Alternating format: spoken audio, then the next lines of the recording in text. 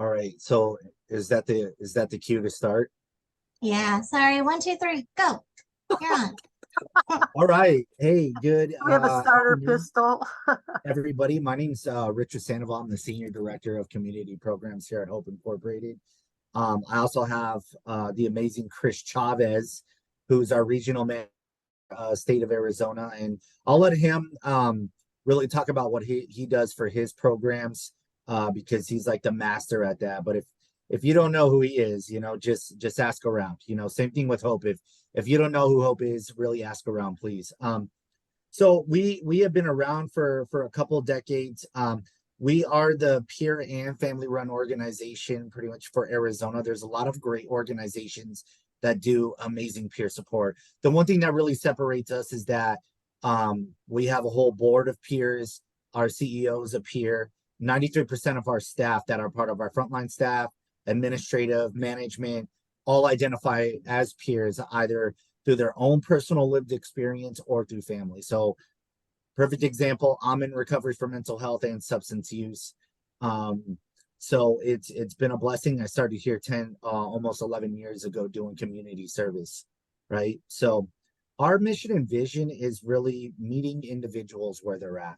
We don't have expectations for them to come here, and we're not here to tell you how to do your recovery. You are going to do your recovery yourself. We're there to help advocate for you, help guide you, and help you to move forward in your recovery. Now, recovery can be many different things, addiction can be many different things. It's not always substance use. So whatever you're coming to Hope Incorporated for, we really look at that recovery aspect of what it is that each individual wants to move forward with in their lives and the areas where they have those barriers that we can help support with. Okay, so someone else's recovery is going to be different from mine. I'm not going to force it upon them. I'm going to ask them, hey, what does your recovery look like to you, and how can we get you there? Right? We're definitely not judgmental, and being a specialty provider, which means, we're like a lot of other behavioral health providers like Kodak, Cope, La Frontera. They're all amazing. The only thing that really makes us different is that we just don't hand out medications and we don't have our own doctors. Okay, we don't do like the psychology piece. We always reach out to other providers to be able to do that. Everything else we do have is the same, like IOP, MRT, big time with criminal justice and a lot of our community programs. Okay, so the areas that we are located is obviously we're in Pima. So we have our center-based program over there on Speedway and Country Club, where we do groups, we do therapy online and in person. We do groups online and in person. So everything is hybrid. There's about 3 to 4 different groups that happen a day. And if anybody needs it, Chris and I can send you a calendar, or you gotta go to hopearizona.org and check out our amazing website. We have our administrative office over here on Alvernon between 22nd and Broadway. We're literally right across the street from the driving range, which is amazing because we do experience some golf balls. Okay, they do come this way. They really do. So we're also located with our Nogales team in Santa Cruz County. Cochise County, we have Sierra Vista and Douglas. We have Yuma. And then as of last year, moving up north where Care First is at, we're in Sholo. And we're also in Prescott, Cottonwood, and Camp Verde and Yavapai counties. Wow. So we're in 7 different counties, and we're looking to expand that. Up north, we're providing a lot of the same services when it comes to second responder programming, meeting individuals inside of the hospitals doing peer support. And some of the other programs I'll let Chris talk about. But across the board, all of our center-based services have the exact same thing. You can get therapy in English or Spanish. It can be done hybrid, groups, peer support, case management, navigation, advocacy with any individuals that are coming out of the criminal justice system, working with individuals coming out of the prison system, getting them connected to full wraparound services, identifying any social determinants of health, and just really helping individuals move forward. And like I said, our motto is all about meeting the individuals where you're at. We don't have expectations for you to come to us. We're going to come to you. So especially a lot of our community programs, we're in the community, we're in the jails, we're in the ERs, we're in the prison system. We're everywhere in meeting you where you're at. Then we see what it really looks like to bring you into the center so you can do groups and look at your continued care. Okay. Great stuff. So that's about it. I'm gonna let Chris Chavez get on and explain about what he does with his outreach team. Go ahead, Chris. Great info. Thanks, Richard. All right, it's a little dark. I apologize. Oh, there it goes. It was just adjusting. So no, I do a lot of outreach programs, different kinds of grants, diversion programming. We do it throughout Arizona. A big one that we do is the state opioid response programming. So that allows us to really go out into the community, identify anybody that is for incarcerated individuals, homeless individuals, basically anyone that is struggling with or identifies with a substance use disorder. And that is amazing because, as we know, many people who are incarcerated, they lose their access fundings. They may be going in there with nothing and then releasing into the community again with nothing. And since they don't have that benefit of having a provider, a plan, nothing, they don't have anyone there for them. So that program actually allows us to go in and do visitations throughout Arizona. We have that in every area that Hope is located. And it allows us to go in, talk to individuals, provide them with peer support, identify any kind of needs or barriers, and really just get them addressed and then help them re-enter into the community. So it's an amazing program that gives us a lot of good opportunities. And that's really how SOR plays into the re-entry role.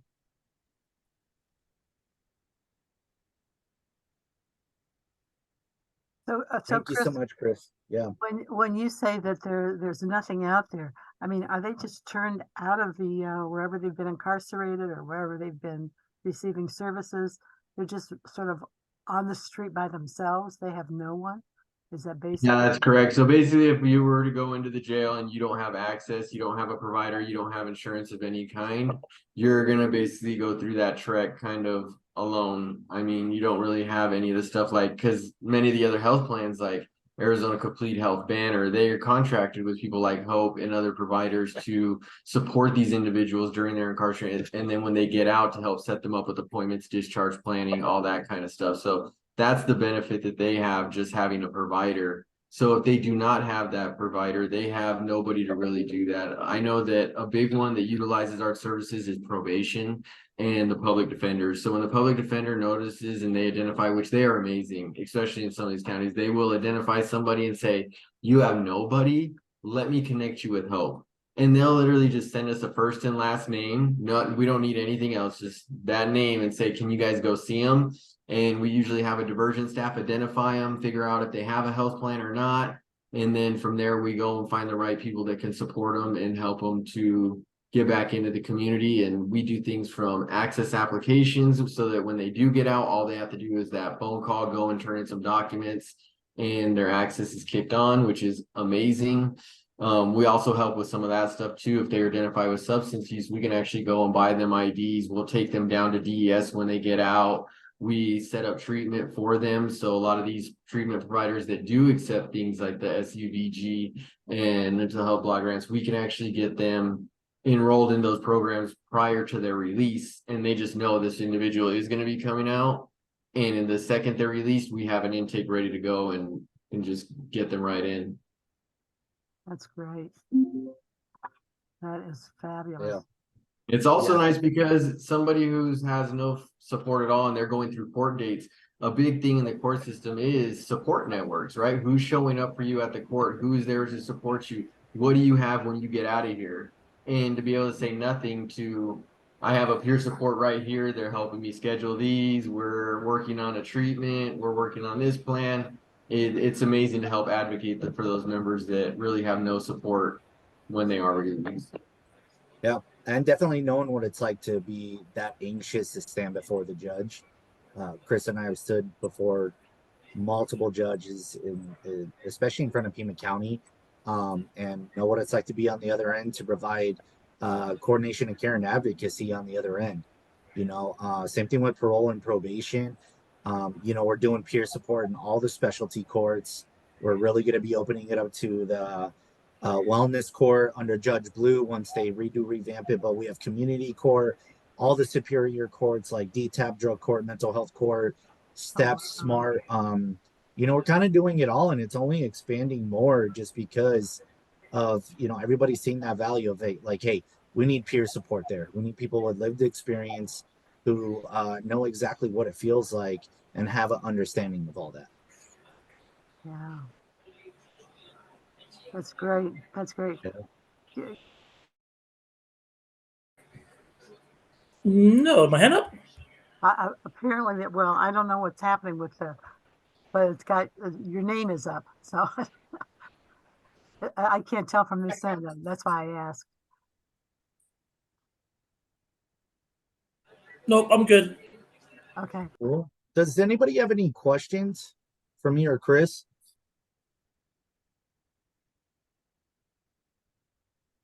Okay, if you don't, I'm gonna put my contact information here so that if any of you guys want to be able to refer out, you want further information on just like referrals, any other programming that we have. If you just need assistance with anything or even just questions, please reach out to Chris and I will be able to help you out. Okay, great. And just as a reminder, Hope is big on the no wrong door, so if anybody, even if you don't know if they qualify, if you feel like they could just benefit from additional support, send them our way. And if for some reason they fall under that weird gap where they can't be, we're not just going to say, yeah, we can't help you buy. We're going to try to get them somewhere that will benefit them. So. Okay.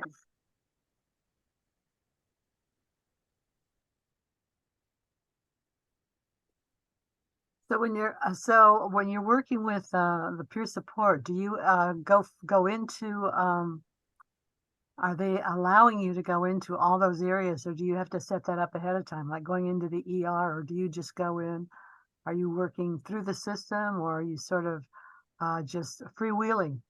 That is a great question. So, as one of my coworkers like to say, the SOR program, we're a little bit like the Wild West. You know what I mean? Like we just go running and gunning and do things. But for the most part, like Hope has PAC services and stuff, which we get agreements with some of the hospitals. And so we have extra collaboration with those guys because we have that agreement that says they're going to allow us and they're going to work with us. But on the other hand, if we're not working with them and we do get calls like that, especially down in Nogales, because we're on the 911. So anytime a fire department or police respond to a overdose, they call us and say, hey, we're taking them here. And we just go and try to get in. So regardless of where it's at, if somebody calls us, the hospitals call us as well. And we'll just say, hey, I have somebody that's in room 203, they would like to speak with you. And we just send somebody there and go through a normal visitation as if we were one of their natural supports. That's great. That's great. Well, that's the way to get things done. That's for sure. That's right. Ask for forgiveness, not permission.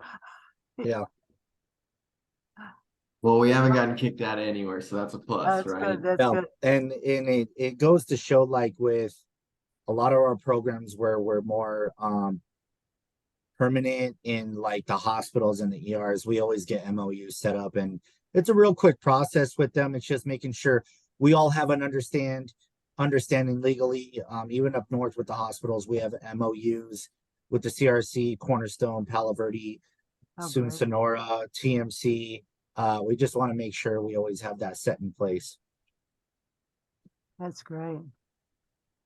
Well, it's how many people do you have on call, or how many people are on your staffs at this point?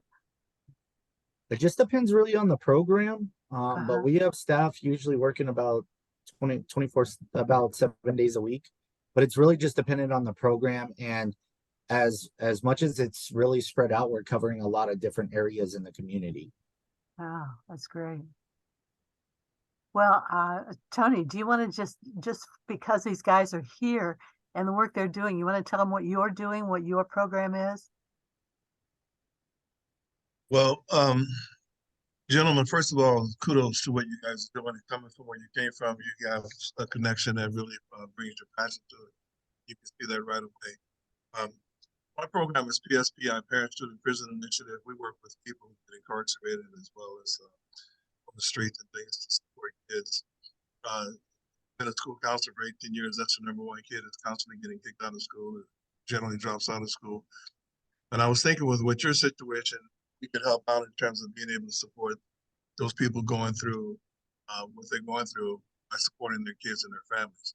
You know, quite often, whenever someone is strung out on the streets or whatever, or incarcerated, it's not just them going through that experience. It's actually their child or their children, as well as the adult who's actually taking care of them, usually a guardian. I find that today's is really is the great grandparent and the grandparent who's taking care of these kids if they're available. And so I was thinking, I'm up in Phoenix, but next time I'm down in Tucson, I'd like to stop through and kind of get a feel for your environment to set some time to connect with you guys and see how we can support the kids in this. Because I can tell you, if we can get them before they get the system. I was thinking about when you guys were speaking, how do we, you know, what causes a person to go in that direction? There's so many things, you know, you and I both know.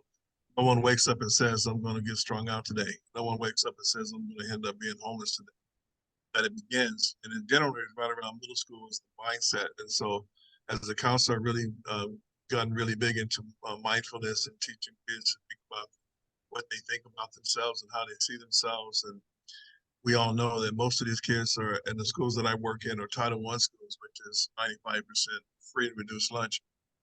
So they usually don't have that parental involvement and things like that. So we try to provide that service along with wraparound services to their guardian who's actually care of that child while they are incarcerated. So we are on the front end of this conversation, doing social and emotional learning as well as just being a kind of a mentorship program as well.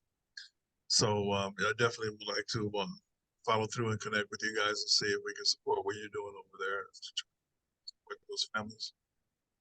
Yeah, it's a great way to sort of start working on that school to prison pipeline, you know, getting those kids to understand and getting the parents to realize that support goes and it is needed all the way through the family. So it's really great.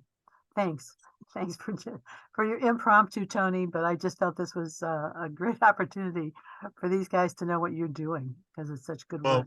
I think this is the beauty of what we're doing here. Obviously, listening to folks and finding out what's going on around the community. I think we need to lock arms with all the different nonprofits. And I think that's what I saw with the Fresh Start is that there's so many opportunities, but quite often we don't know that we can lock arms and be much more effective than trying to do it ourselves. Yeah. Many hands, as they say. So once again, kudos to you, gentlemen. You're doing great jobs. So keep doing the work that you're doing, and I applaud you coming out of what you did. This is very personal for me. My sister actually ended up being on the streets and getting strung out.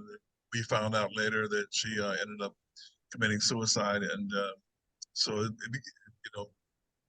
really, as I said before, no one wakes up and says they're going that direction. Life has this way of kicking you in the teeth, and so as Linda was saying, we're really trying to focus on being proactive with these kids in our community, not to allow them. And I love the fact you guys are working with the reservation.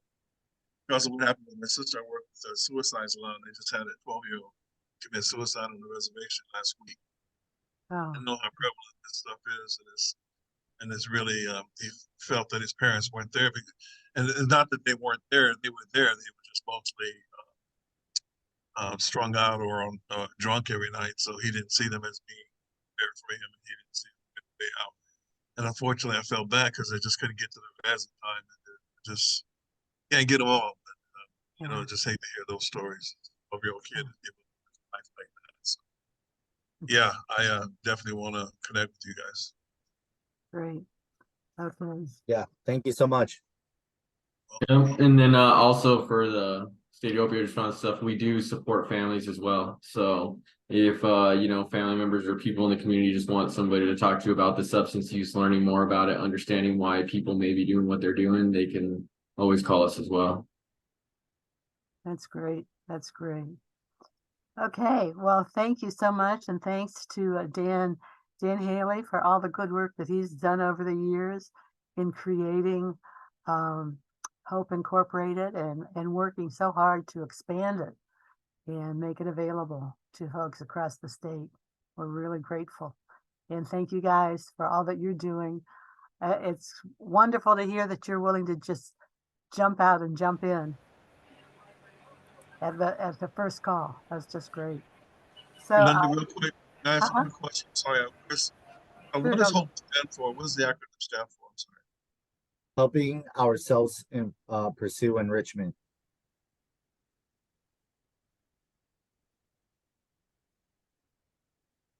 Thank you. You're very welcome, sir. Great. Okay, so Kenny, let's have. Are you ready with all of the great stuff Kenny's doing? We just have a really busy schedule agenda this meeting.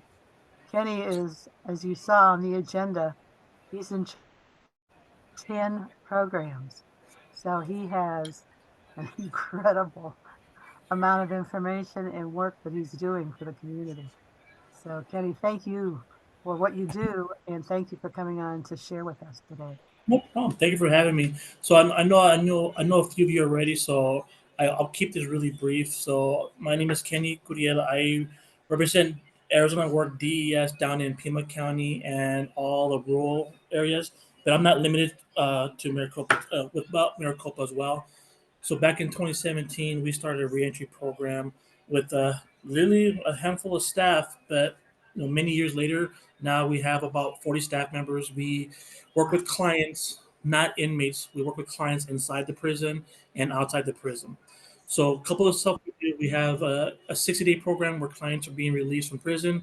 We have job readiness programs. They're literally on 3 units, full blown live internet in prison.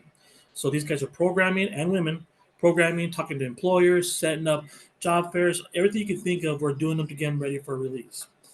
Again, that was the initial beginning of 2017.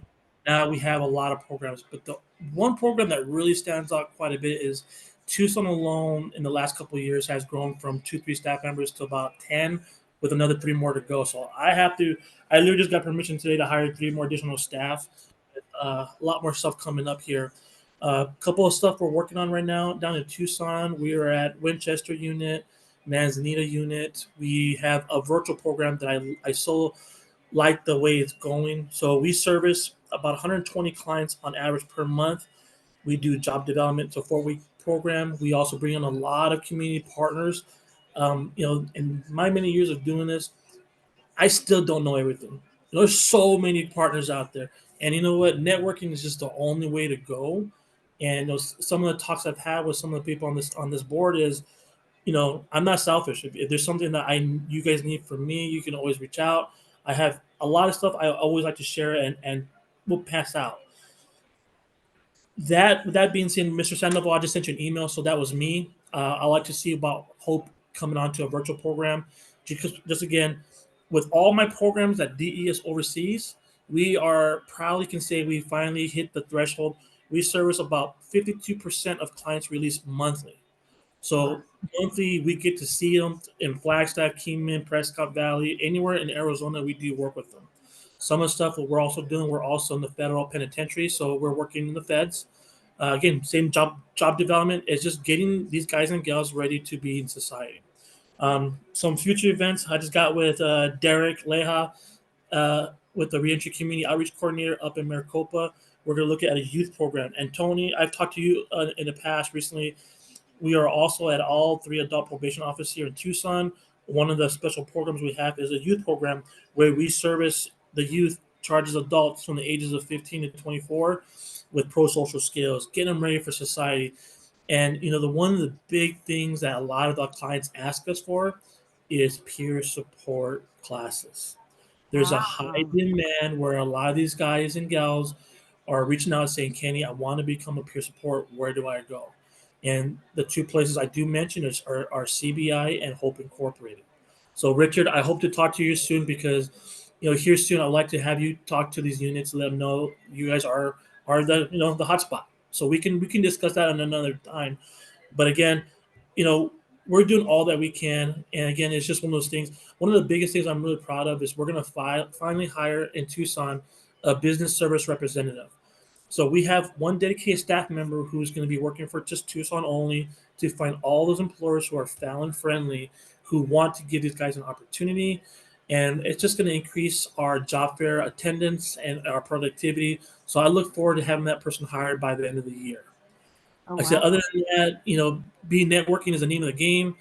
We're in talks with talking to all New Life Wellness here in Tucson. They just opened up a complex that have 300 beds available that will transition clients after 90 days into their own townhomes. Housing's another big one. That's another big tough one that we're struggling with. And I also got on with another company in Maricopa called Zion Institute, where they actually have a campus for peer support. It also handles the SO population as well, which also includes housing.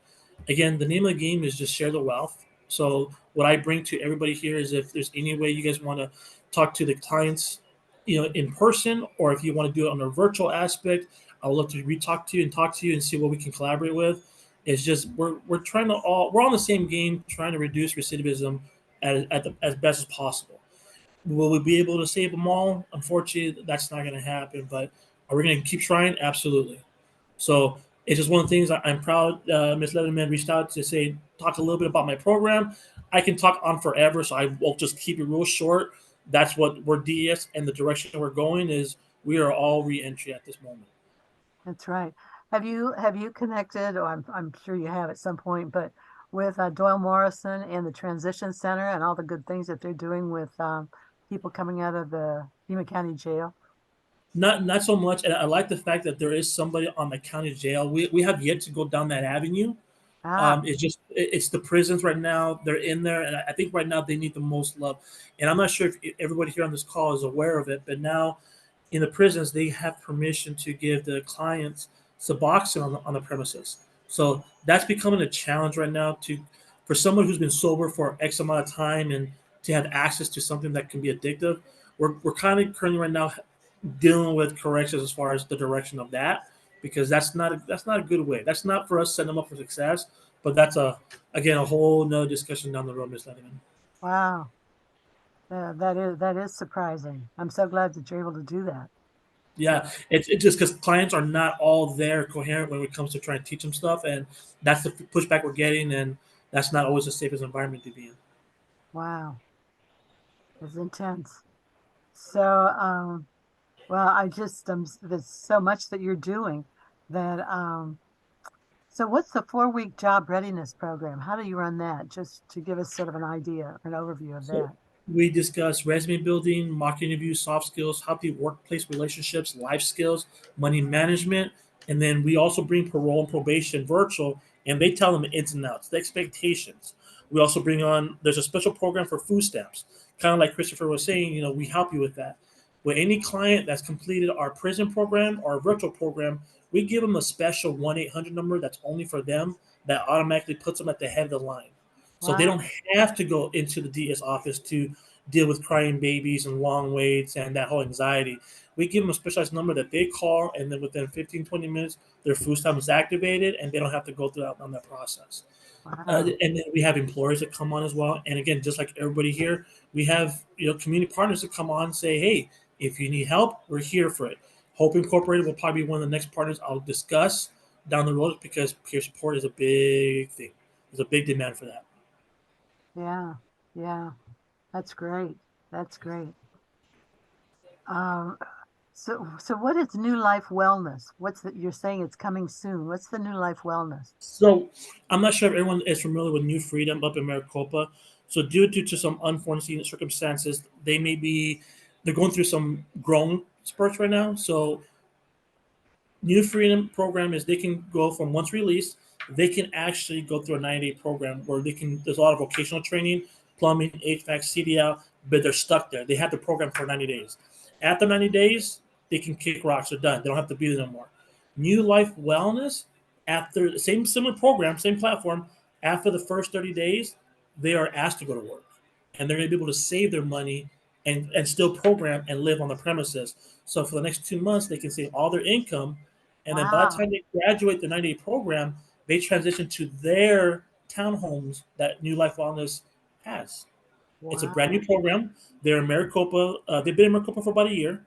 They just started in Tucson as of 2 weeks ago. So I'm scheduled to go and do a one-on-one and meet them and kind of see what they got going on.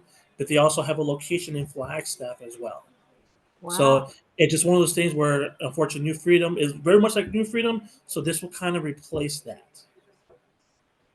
So, but they actually have their own, so they, I mean, that's been one of the problems that we've had over the years down here is that, you know, you have to pay for your program all the time you're in there. If you're actually working, you don't have an opportunity to save the money to do Yep. anything once you get to the end of the program. But this one's set up so that they get to the end of the program, they've got some money, and they also have housing available that they can actually buy into with that money. So they don't have to go out on the market and meet those, you know, fair market rates and all that baloney or wait for Section 8 or any of that stuff. Gosh, So that's that's what I'm saying. Networking is the name of the game. You know, ask around what's available. ADCRR had a big event recently at the Yuma complex where they had a lot of community called All DUI Services, which helps clients walk them through the process of getting their license reinstated, regardless if it's DUI or if it's not. It goes through all the legal process and just holds their hand throughout the whole process. I wow. think now I've never seen so many community partners that are just coming up, which is geared exactly for the population we're dealing with. So times are good for reentry at this point. Great information, and so wonderful that those programs are expanding in that direction to really meet those basic needs. Yeah, that's great. So, anybody have any questions of Kenny?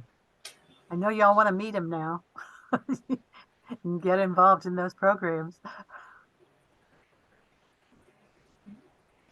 Yeah, Kenny, I already hit you back up in the email, so thank you for reaching out, and we'll get together and I'll let you know like what we're already doing inside of the prison. Perfect. I look forward to it. Thank you, sir. Yeah, thank you. Okay, anybody else? Well, Kenny, thank you. It's great information. You really gave us a fabulous overview of what you're doing and how it's going. So, and the housing thing is just really fabulous. So would they connect with you to get into the New Life Wellness, or do you make that available to them while they're incarcerated? I do both, actually. I do both. Like I said, I can share the information with everybody here. The guy named Jason, he responds pretty fastly, but I have a feeling he's going to be really busy really, really soon. We just want to know all the ins and outs. You know, I don't want to promote a program without knowing everything that they're about. And that's Right. kind of why I have a meeting. I'll be up in Phoenix tomorrow to visit the Phoenix location to kind of ask a lot of questions to make sure they're on the same process. Because a lot of these agencies will bill the medical access to get them to live and go through the program, right? Right. All this new company, New Life Wellness, goes through a federal grant called Gift Grant, which is available to all 50 states, and it will put the client on the Blue Cross Blue Shield program. Ah, And I've done the research, and it's legit. It's just, you know, that old saying, sometimes it is too good to be true, and most likely is. yeah. And that's kind of the buzz I'm getting because they've already been on the RED program. I've had a lot of CO3s. I've had central office for corrections reach out to me and say, where do they come from? And we're all going through the steps of doing this. So it's a learning curve. We'll get through that. And one of the big benefits why I like these kind of programs, and one of the programs I don't really talk too much about, in the prison, we also have lifers who attend a reentry program. And it was one of the things that I was naively on a know about. I was at a prison at Yuma, and they asked me, "Can we join your pre-entry?" And I asked them, "You're doing life. What the hell you want to do in my program?" I was being honest with them. I said, "Educate me on what you guys think you need." And sure as hell, they put me back in my place to tell me, you know, when you're doing a life sentence, you get no jobs, you get no education, you get no programming. And one of the key things that you need in order to ever get clemency Uh-huh. is you need some kind of form of reentry program. Well, I say in about the last year maybe I can say we've been doing it. I found out I got my 11th lifer released from prison with taking reentry services. And Oh I'll my tell you what, gosh. you want to know a success story is when a guy has seen 30 years down and coming out and adapting to cell phones, adapting to society, adapting to cars being electronic. I mean, the look on these faces is just like very humbling in that. So that's kind of what it is because without a place for these guys to go to, they're gonna go back to prison. It's too Right. comfortable in prison. That's all they know, and it's just better that way. New Life Wellness has gonna keep that program going until New Freedom figures out what's gonna happen with them. Wow, that's great.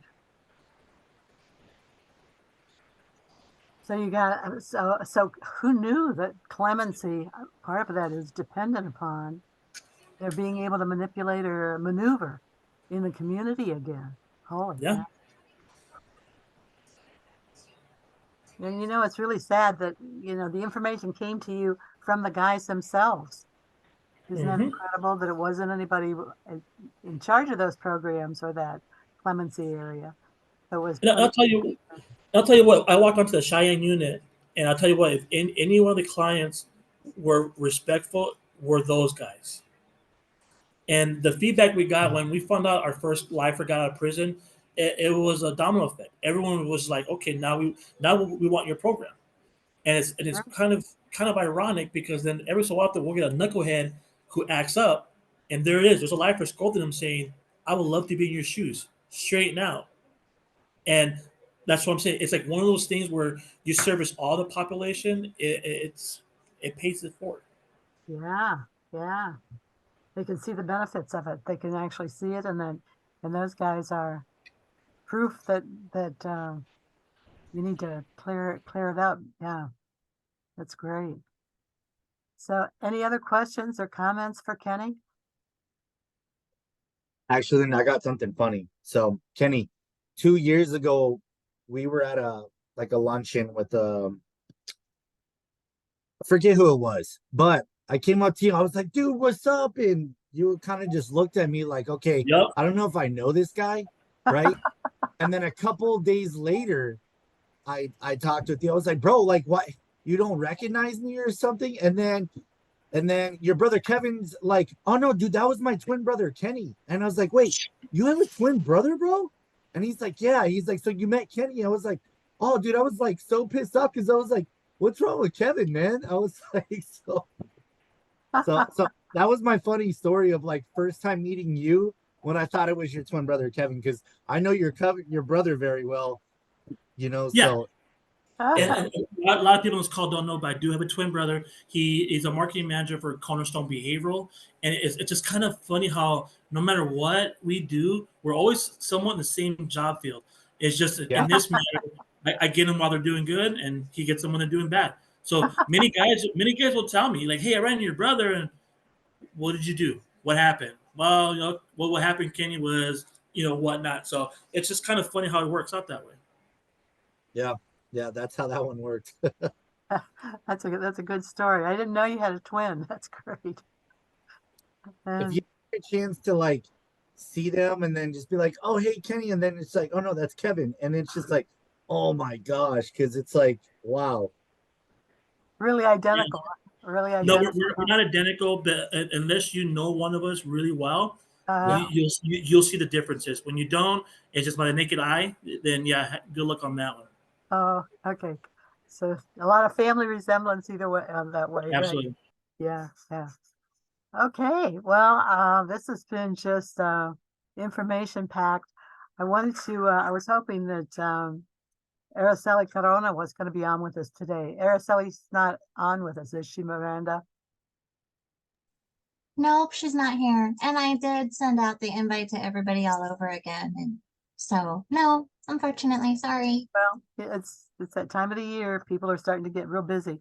Well, I just wanted to go into, she sent out that notice about the able-bodied adults without dependents that they're going to be, and I included that with the agenda so that people know that able-bodied without dependents are going to be cut off on nutrition programs, and so it's a new barrier for folks. They need to be aware, and we need to be aware that they need help in that area. So that was the main thing, to get that out and for everybody to be aware of it. You have a hand up, like Ms. Leatherman. I apologize. You have a hand up with Melissa Starr. You have what? You have a hand up, Melissa Starr. Yeah. This So, Go ahead. yeah, I had a question about that. The flyer that I was looking at said that it only applied to Maricopa County, that anything outside of Maricopa like was exempt. Does anybody have any info on that? Gosh, I don't. Do Because you? I know that's what happened last time. Last time they made that change, it applied only to Maricopa in the beginning because all the other areas were considered like too low income and stuff like that. So it looks like that's something that's on the flyer again. Wow, I don't see it on this flyer that we sent out. And gosh, I don't know. But we'll double check and send out the information. I'll let you know. Okay, we'll Okay. get back to the folks and find out. So is it only for Maricopa? Or is it other places too? I mean, across the state. That's a big point. Absolutely. So thank you, Melissa. Mhm. Anything,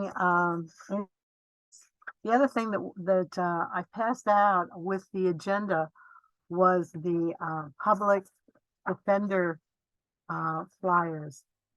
And because we're now available every Wednesday, they are now doing at the public defender's area office, they're doing legal clinics.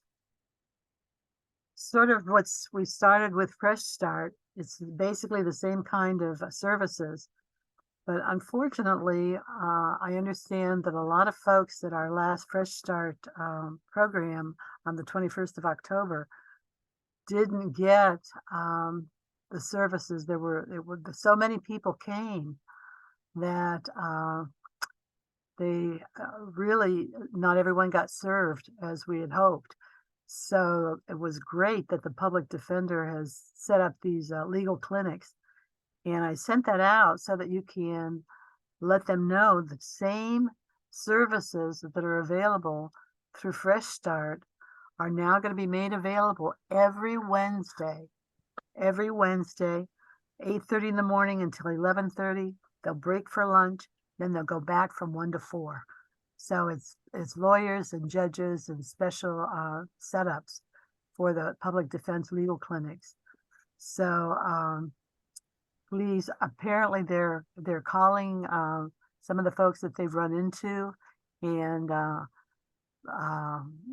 they ran into the day of the Fresh Start, and they're calling them and asking them, and we're trying to get this out to everybody that the same service is available every Wednesday now. So we're doing great in getting that They've information. actually been doing that since right after COVID. Is that right? Yeah, I've been sending people there for the last year. Wow. Well, the folks that we work with Fresh Start didn't let us know that was going on so that we could put that out. But thanks, Sean. Linda, I wanted to let you know Aracelli's on now. So maybe she could answer Melissa's question or that's speak good. Yeah. something. And she might want to, because of the folks that we have on, she may want to talk a little bit about Aracelli. Can you hear me? About her ID program. Can she? See, I can't Oh, see. she's just connecting to the audio right now. So there's 2 Aracellis and one of them's doing audio. So it looks like she's coming. She's on her way. Hopefully. Yay, Aracelli Corona. Oh my gosh. I logged on my computer and then it just died. Oh So, no. Oh, yeah. well, we're glad you made it. Yeah, But sorry for I was on the phone with the doctor. So how's are you everybody okay? doing? Yeah. Yeah. Yeah. Well, Melissa had a question because I sent out with the agenda the thing that you'd sent forward, which is the economic security information about the adult, able-bodied adults. Remember when you sent that out about a week and a half ago? Yeah, About about dependents that the beginning October 1st, the nutrition assistance is going to be stopped. So Melissa asked, is that only in Maricopa County? Do you know if it's only in Maricopa or if it's across the state? I think it's statewide, but I don't know for sure. Maybe I can Yeah, because the flyer says many people are exempt from the requirements, including individuals residing outside of Maricopa County. oh, And Okay. then, like at the bottom of it, because it just looks like when they switched over to the work requirement, like back in the day, and they were saying that, you know, Maricopa was the only one required because all the other counties like didn't have the jobs to support it. I am so sorry. I have to take this call. The doctor's calling me back. I'll get back on, okay? Okay, right. you take Okay. care. Okay, okay. Well, I think what we'll do is we'll double check.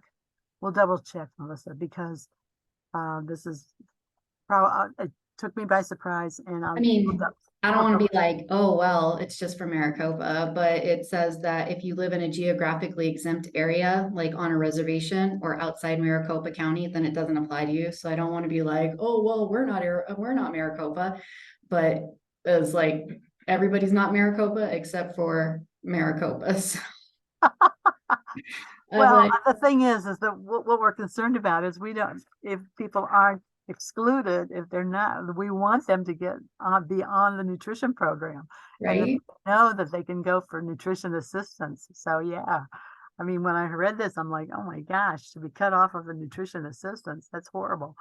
So Yeah. yeah, so let us double check and we'll send out an email, let people know what the real word is on it. So, but at least people are aware that we need to know, we need to look it up. So that's good. And the other thing that we may not hear from Aracelli again, but she is now in charge or going to be the director of a special ID program so that people coming out of the federal prisons are going to have IDs when they come out. You know, no more of this. How do I cash a check, or how do I get into housing? How do I do it with no ID? How do I get a job? How, you know, all the problems with having no appropriate or qualified ID, hopefully is going to be addressed by this new program. So, so anything, and I was hoping that DeMond Holt or one of the folks from Fresh Start was going to be here to talk about. Tom's here. Can you do that? Tom is here. Oh, Tom. Oh, good. Yeah. So, I Tom, think are Tom. you prepared? Did they give you some info on what's going on? No, they left me in the dark entirely. Was that on purpose? I mean, no, I mean, I do not have any of the numbers or the data as of yet. And we're not getting together. I think Friday morning is when we're getting together and we're going to hash all that out. So I Yeah. don't think it's until your next meeting that we'll have all the numbers. Okay. Okay. Yeah. So, there are a lot of folks that it was a nice turnout to get the services, but apparently we ran out of time. So people are calling around and do need to know about the public defense legal clinics.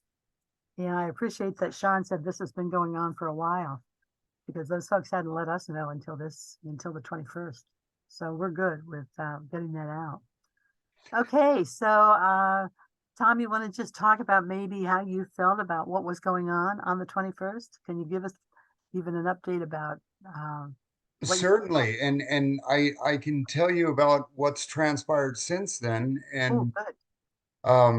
you know, because I have been served by Fresh Start now. As of November 6th, I received my rights back. I went to the Superior Court and I got my rights restored. And it was an incredible thing because I was up on the 6th floor and the judge said at one point, who's here from Fresh Start? And 7 people raised their hands. And all of them went before me, before the judge, and every one of them got everything that they were asking for. There were 2 people, one guy over $4,000 of fines and fees erased, you know, and another guy $3,700 erased. There were 2 guys that received the second chance, seal your record.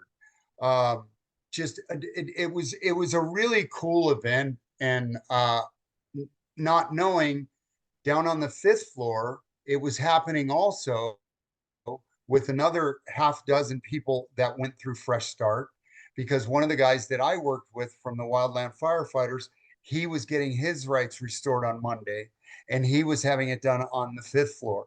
So, you know, it's a verifiable fact that Fresh Start works, and it does what it says it does, because I am a recipient, and next year I'm going to be voting. And I mean, it's absolutely incredible. You know, as far as the day is concerned for Fresh Start, I thought, having done this for 3 years now, and it being on all the different rooms in the previous years, this year in the one room, I mean, we ran into a snag with the volume of the music, but besides that, I thought it was just incredible to see the atmosphere just completely all around the room, from the legal to the resources, you know, even to the line of people that were waiting, because there were people talking to them throughout the day, you know, and, you know, and again, the wildland firefighters guys, they called me afterwards. They couldn't stop raving. 2 of them were getting their rights back. 18 guys to do the training in January to become wildland firefighters. You know, and that's the reason I wanted them there, because it's just such an exciting thing, I think. You know, if I was a younger man, I'd go out there and fight fires. I mean, that'd be super cool. But I mean, that's part of Fresh Start. You get excited about your future, you know, and you're allowed to get excited about your future, because you know that somebody's not going to be looking at your past, because we get it erased. So I mean, that's the beauty of it all. You know, it was a wonderful event. Everything that's transpired since then, we had a couple people on the radio show since then who had received things back that day at Fresh Start. There was a guy that went in there with all the money he had. He told the judge, I brought all my money to pay my fines, my restitution. But if I do that, I can't pay my rent and I can't feed my family. And the judge told him, take his money and go pay his bills and feed his family. I mean, to me, that is what it's all about. And just that one story is enough for me to call it a success. But there are so many more that transpired, and there were so many lives. Even the judges were affected. You know, we spoke to a judge at the end of the day, and she came up and she said, I could not let this go. So I'm taking 10 of these cases home to decide on them before Monday, so that these guys can get the relief they came for. Oh my gosh, that is great. That is great. Yeah, so it's pretty exciting. And I thought the whole atmosphere of the whole thing, yes, there's things that we need to get better at. We should open an hour earlier for registration of legal, and be able to run that line through, and perhaps run it a little longer, or do it twice a year. But we actually, the one number I do have is 500 people received legal services. That's great. I just want to interject one thing, because I went through the whole process myself too. Now, if you just got your rights restored and the felony set aside, on the question on the application, you still have to put put the felonies, but then right after that, you have to write down that you got your rights restored on such and such a date, because it will show up on a background check. Oh, good information. Good point. I had one guy that went through it. He thought he didn't have to put anything down, so he was getting told no because of the background check. And then I asked him, and he said, I didn't know that. So anytime this subject comes up, I try and make sure everybody knows. That's why I'm excited about this new second chance seal your record thing. I'm going to try and do that, because it's been 15 years I've been doing this. In 2016 is when I got my rights restored. So I'm hoping that I'll be able to just get everything sealed and not have to worry about it anymore. Amen. 3 years from a non-dangerous felony, you can get your record sealed, but there's criteria on the non-dangerous felonies. Yeah. So, I've been talking to Andy about it, and he said he was going to give me some information. So. Amen. Great. Wow, that's all great news, Tom. Thank you so much for having sought that out, figured out what was going on, and bringing those numbers to us. 18 in that firefighter in the wildlands firefighters. They're going to they're gonna go in for the training, right? That's what they're gonna Yes, yes, be able and to you know, find. that's an it. opportunity. Those guys within 3 months make like $36,000. Oh, yeah, yeah. It's Yeah, great I pay. mean, you could put a down payment on a house and buy a vehicle, and I mean, be set. You know, so I mean, it's a wonderful opportunity for guys. Yeah. You know, and a lot of the organizations we had out there did. I mean, the one organization, Perception Counseling, they said they went through $600 of snacks.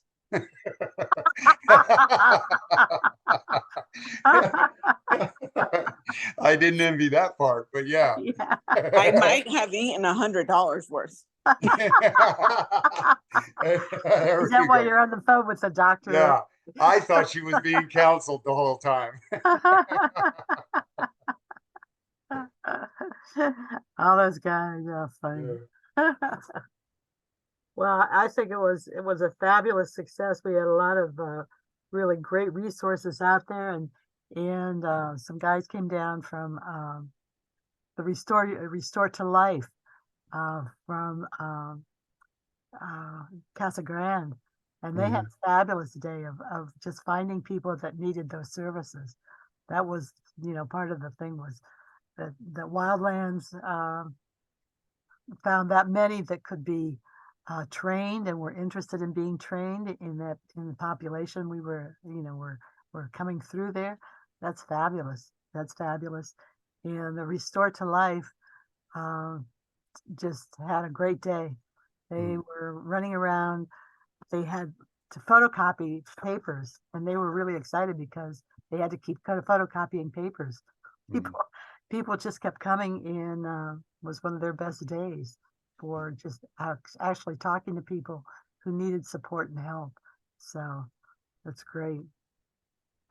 Well, thank you, Tom. I'm so excited that the judges are so committed that, they're looking for Fresh Start. They're wanting to help Fresh Start. And that Yeah, that was very exciting in the courtroom when she asked, who's here for Fresh Start, and it was just to hear it in a courtroom was very cool. I mean, that's the first time I've heard Fresh Start in a courtroom. So, I mean, that was encouraging for me the whole day. So, yeah. Oh, that's fabulous.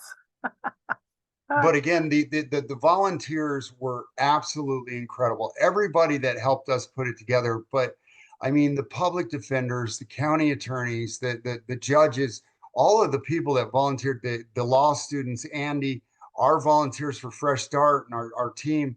It was absolutely incredible. Everybody, it's weird how it comes together and just works, but it does. And I don't know how that happens, but it happens.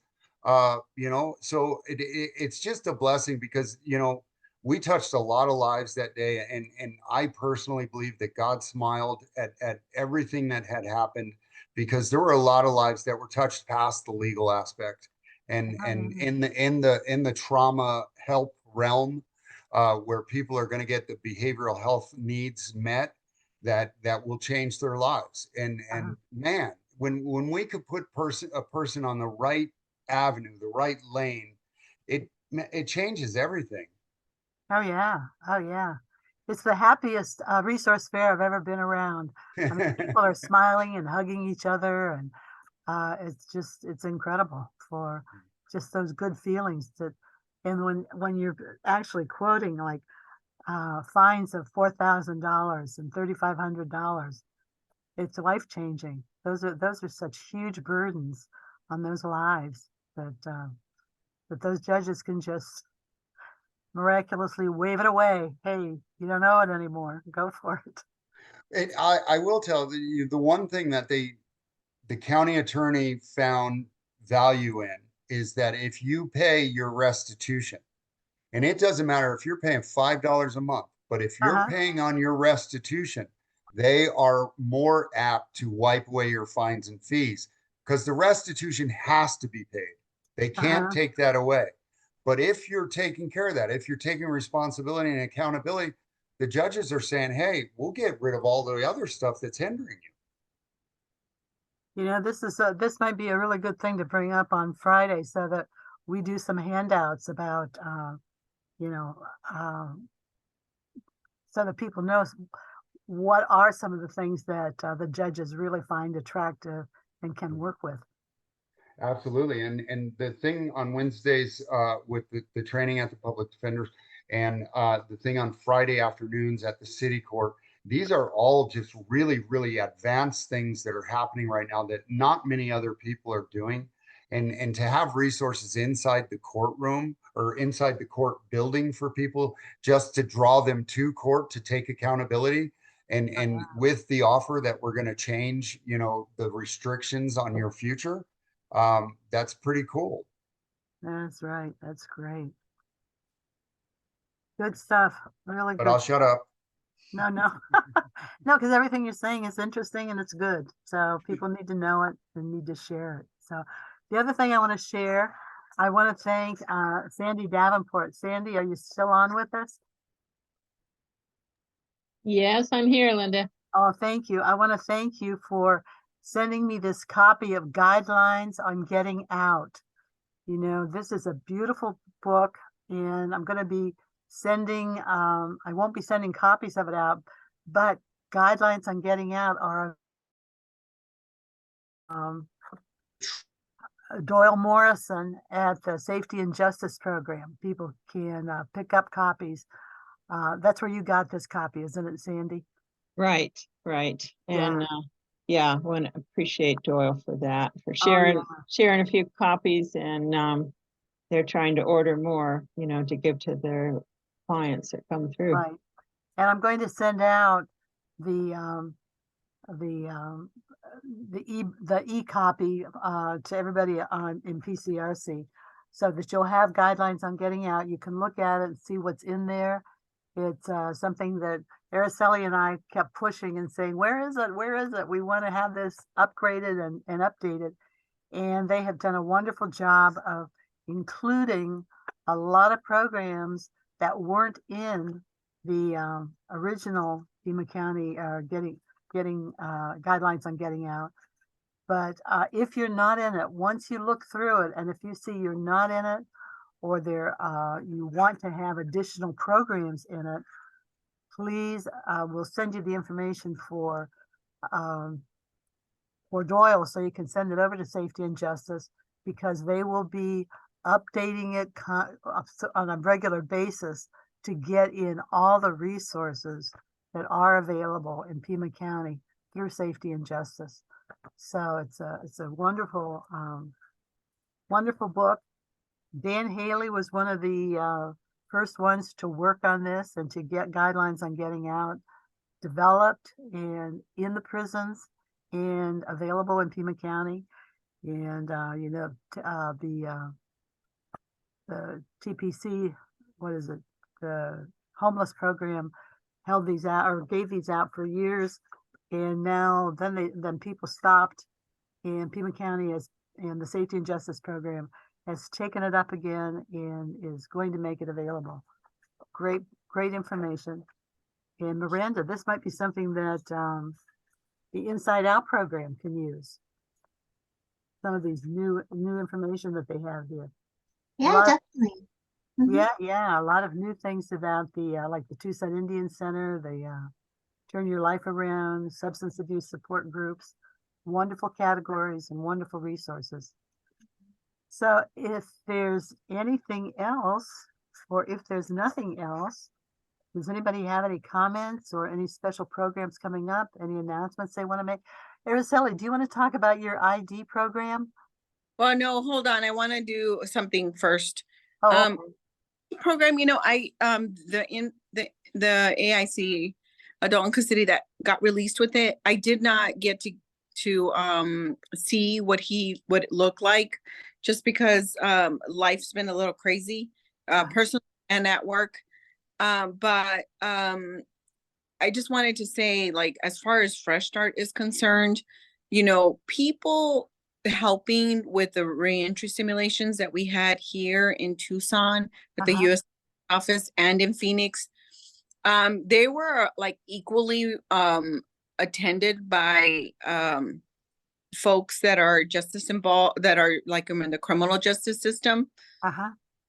But, you know, those are those things. And it was a lot of our community partners, a lot of our reentry partners, but those are the opportunities that give us the, like, oh, now I can phone a friend who has insight with, you know, the U.S. attorney for the District of Arizona, so that maybe we can have these conversations, you know, to be able to say, okay, the feds need to come to the house. And I know that there's a lot of different variables, you know, that are being considered. But if it weren't for like folks on this call making themselves available to be participants, some people were participants, but also just to be able to you know, man the stations that it takes to do the reentry simulation.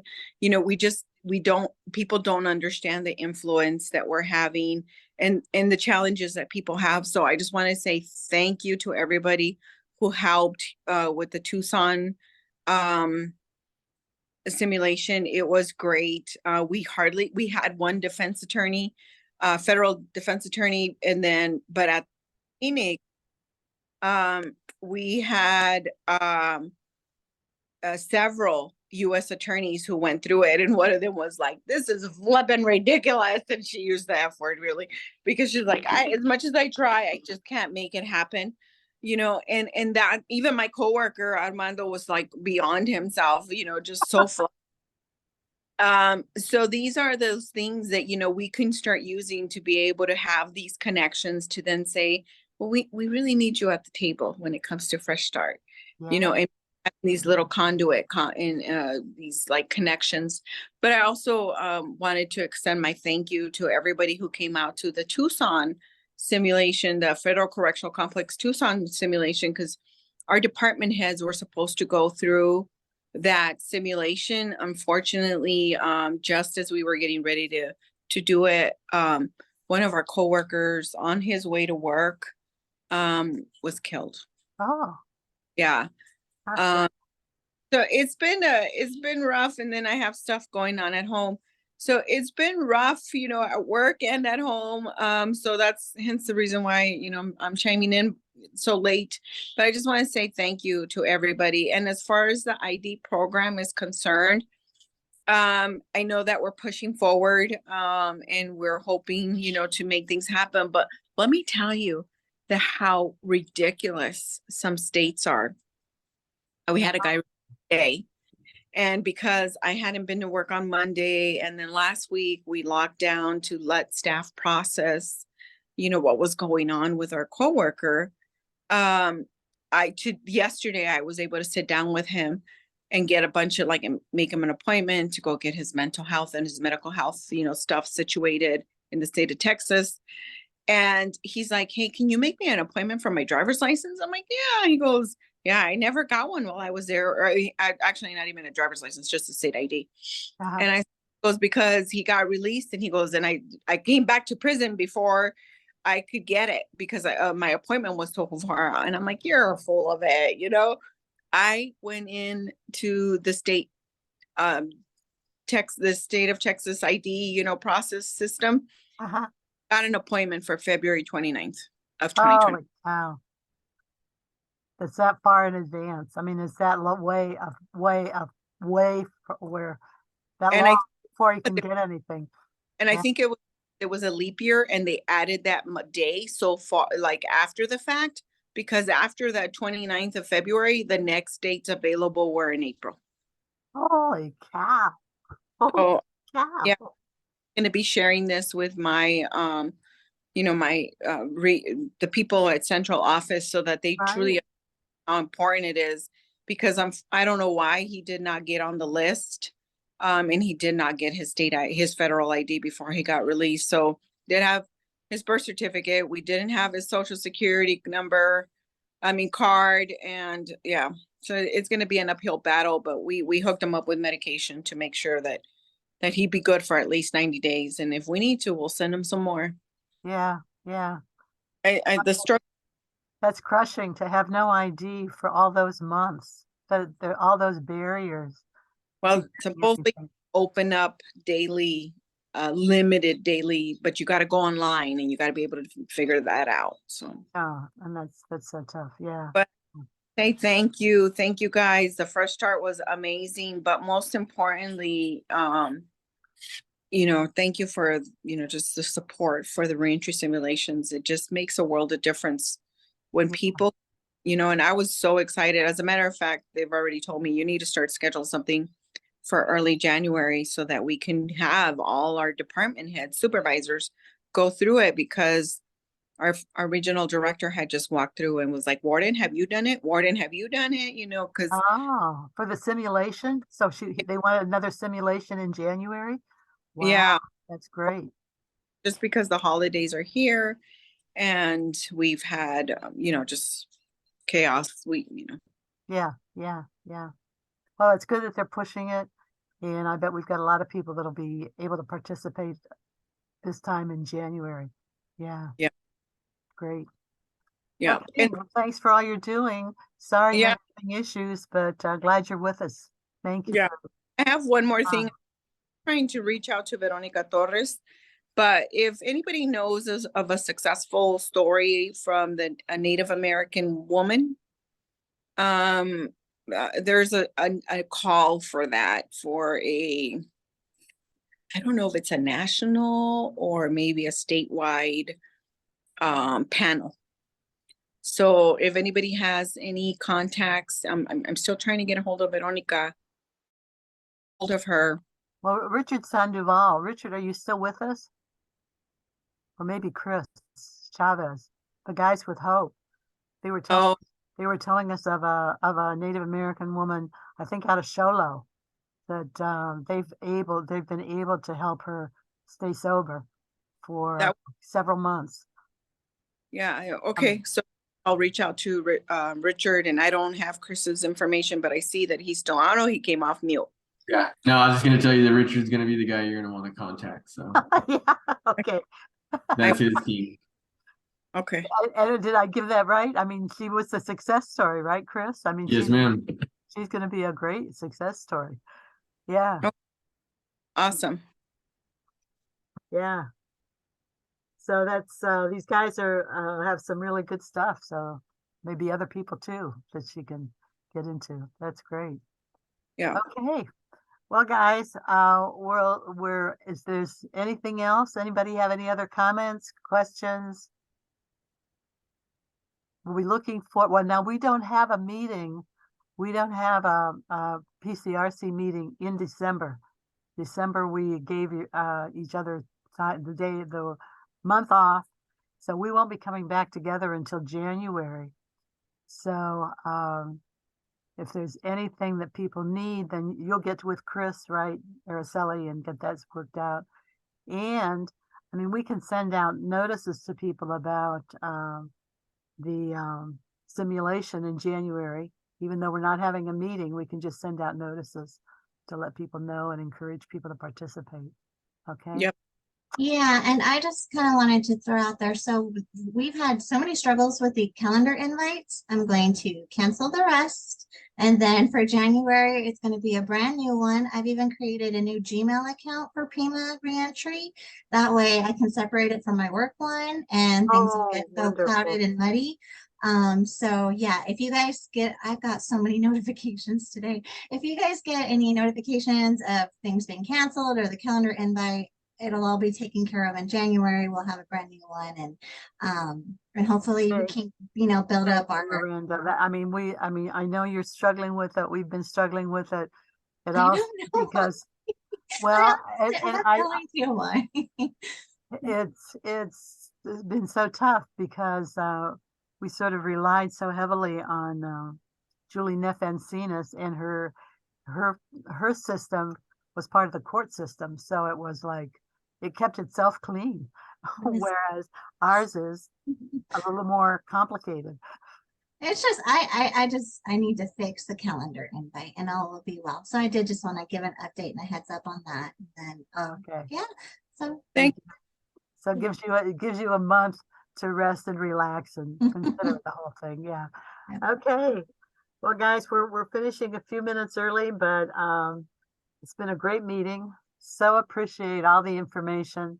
So great to have Kenny Corral share some of his information, Tony Mosley and the guys from Hope Inc. It's been really good.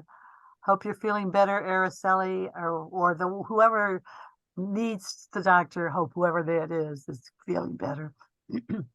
Thank you. Yeah, hopefully everybody gets a nice rest over Christmas in the new year, and we are free to go. Hey, Right. Linda, can I say something really quick? Sure, sure. So my name is Ana Santa Cruz, and I know that I work for DKA Services in the Oh, working yeah. program. So I know that peer support was brought up a lot Uh-huh. in this meeting. So I actually help women get their peer support.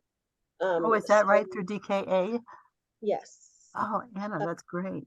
Yeah, so I'll just put my information down with the Could you do a follow-up in January? We'd love to have you talk about what DKA does and now that you're actually doing that kind of outreach for peer support. That's wonderful.